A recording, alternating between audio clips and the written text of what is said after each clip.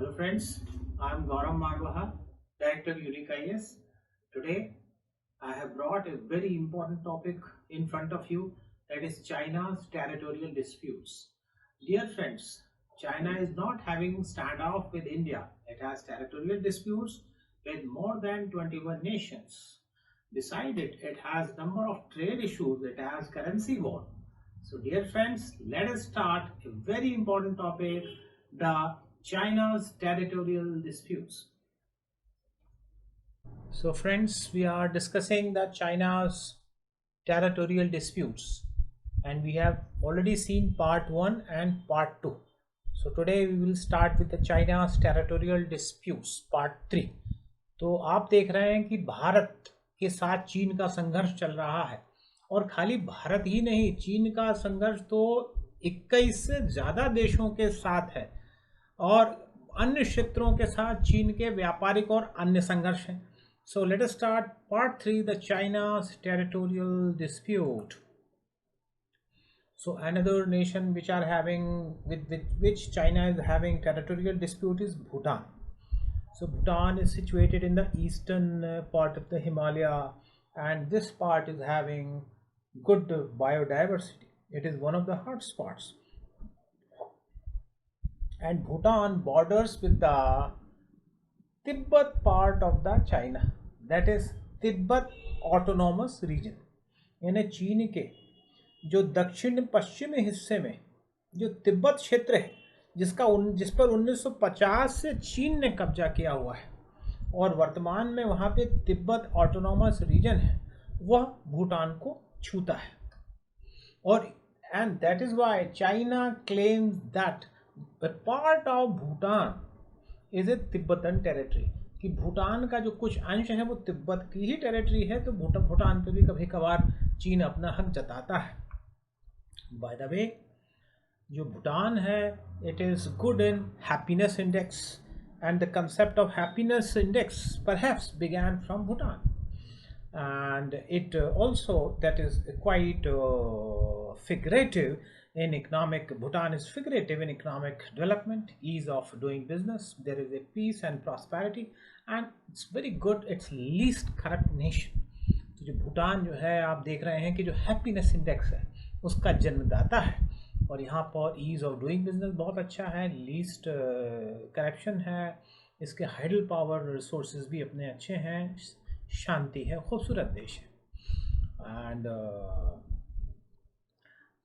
the Bhutan is having a wildlife, that is Sakteng Wildlife Sanctuary, which is, it's a hugely, it is visited by the foreigners. So currently in 2020, China has issued a map, and China has shown that the Sakteng Wildlife Sanctuary belongs to China.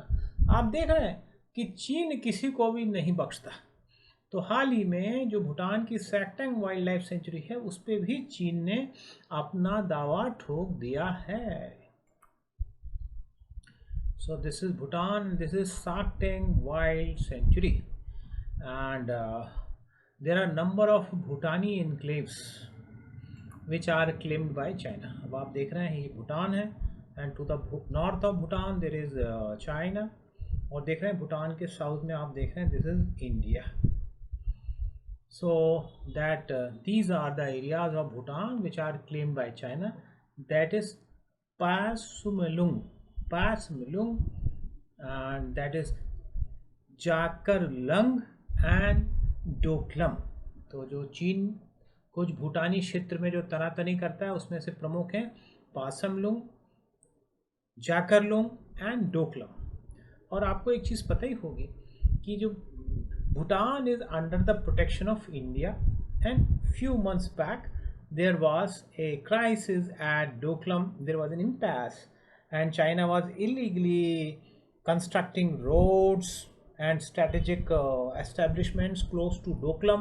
So there was a standoff between India and China at Doklam, but the China retreated back and it stopped its activities at Doklam. तो कुछ महीनों पहले डोकलम में भी चीन ने प्रयास किया था कि उसके आसपास स्ट्रेटेजिक मार्ग बनवाए, इंफ्रास्ट्रक्चर पैदा करे, लेकिन चूंकि भारतीय सेना ने उसको ऐसा करने से मना नहीं किया, तो फिर चीनी सैनिकों को पीछे हटना पड़ा था. So Taiwan is the another nation with which China is having territorial disputes. आप ये देख रहे हैं Taiwan, this is Taiwan, and this is the capital of Taiwan, this is Taipei है, और ऊपर देख रहे हैं ये चाइना है.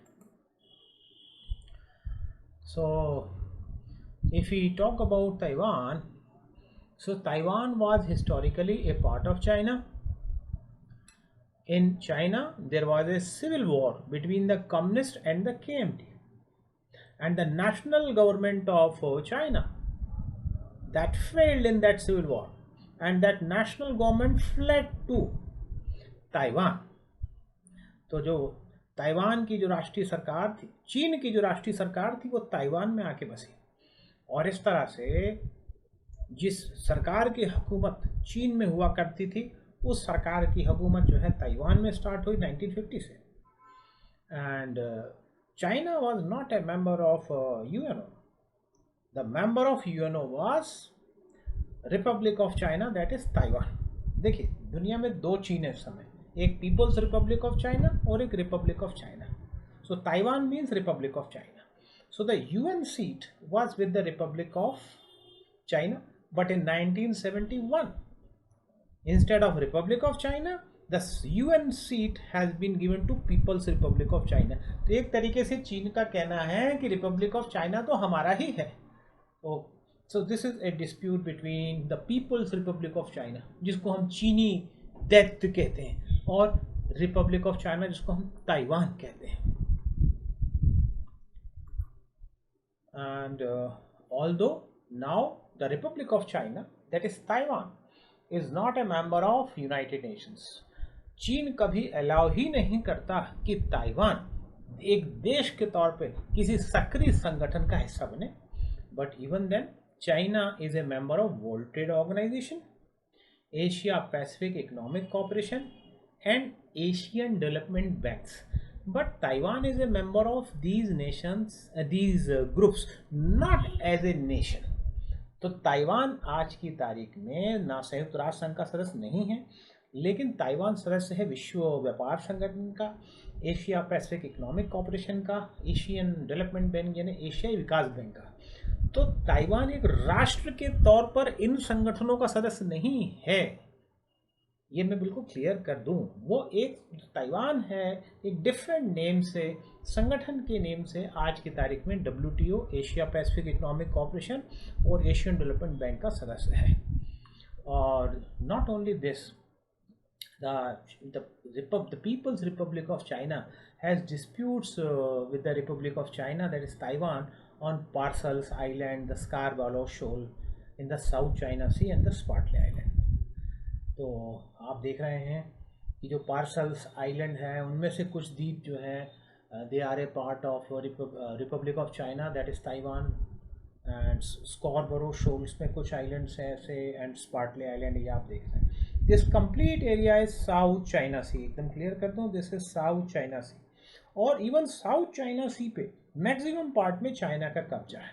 This is the 9 dash line, and the maximum part of South China Sea is under the Chinese imperialism, and as a result the China has a claim of maximum number of islands at parcels. ये देख लिए parcel द्वीप है, अधिकांश द्वीपों पे या तो उसका कब्जा है या वो अपना कब्जा बताना का प्रयास करता है.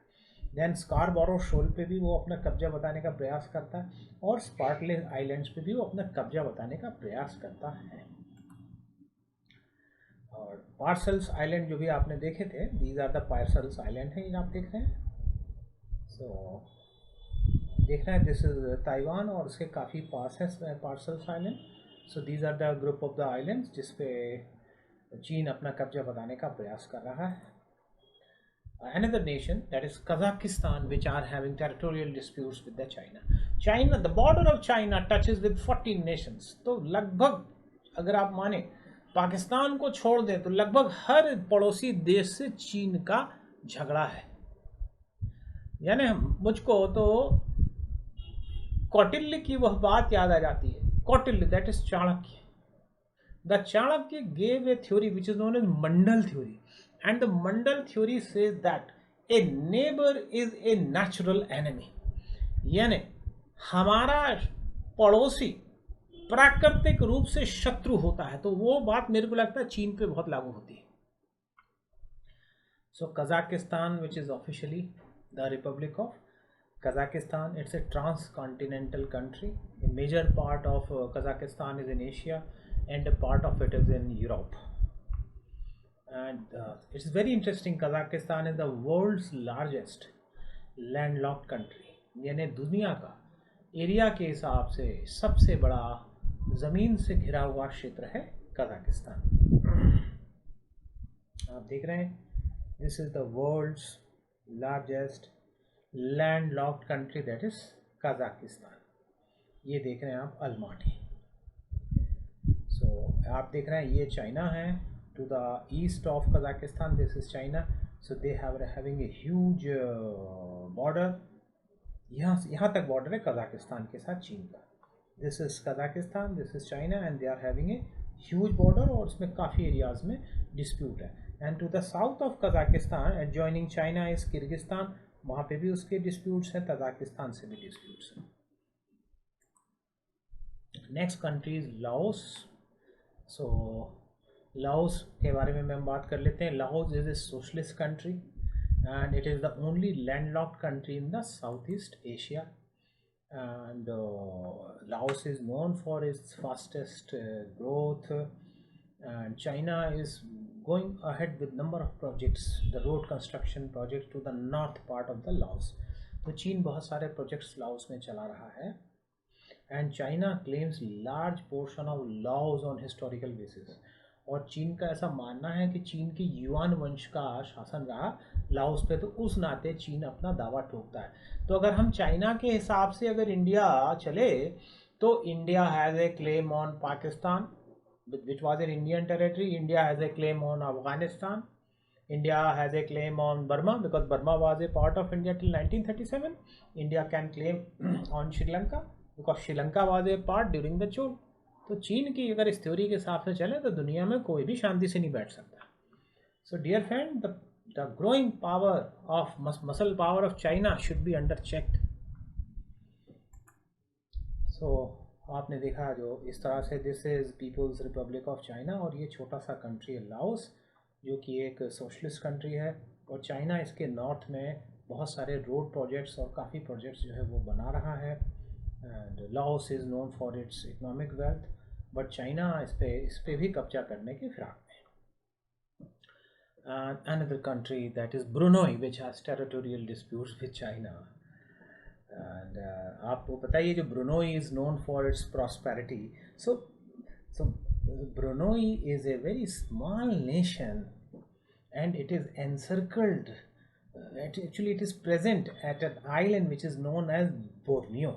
तो जो ब्रुनोई है ये बोर्नियो द्वीप में स्थित एक छोटा सा देश है जो साउथ चाइना सी पे है।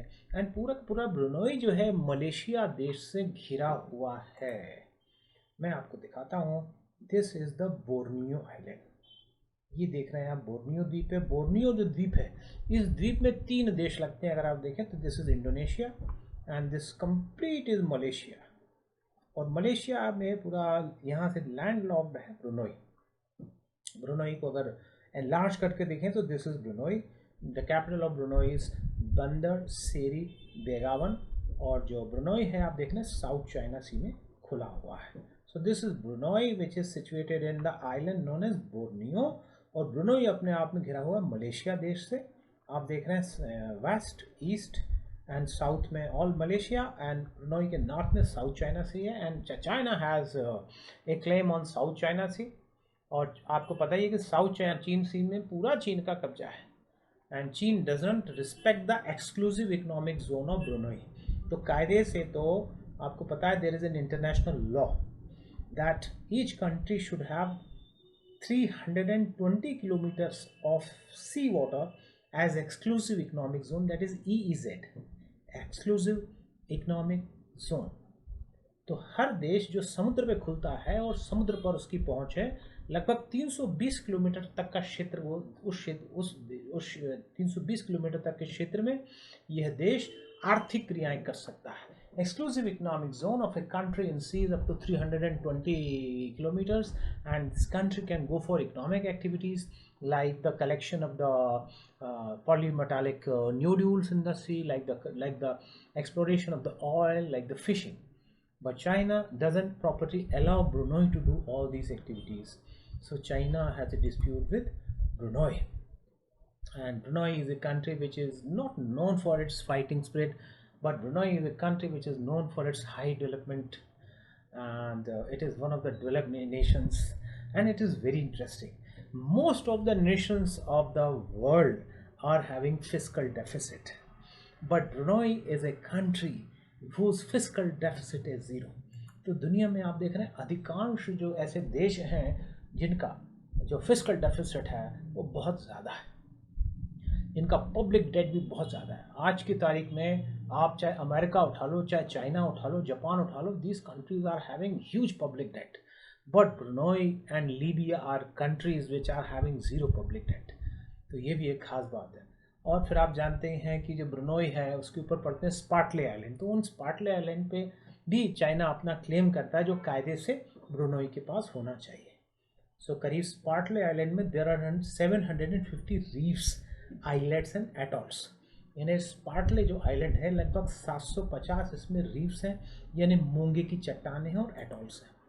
ये देख रहे हैं हम ब्रुनई, और ये देख रहे हैं 750 के आसपास आइलैंड्स हैं, एटॉल्स हैं, जो कि कायदे से ब्रुनई के कुछ मिलने चाहिए ये islands and atolls, but China इस पर भी अपना कब्जा बनाना चाहता है।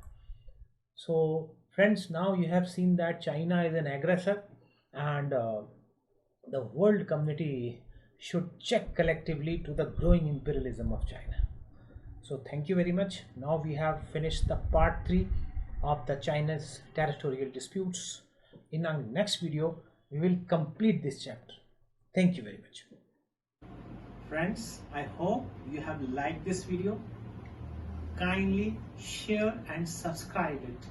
Thank you very much.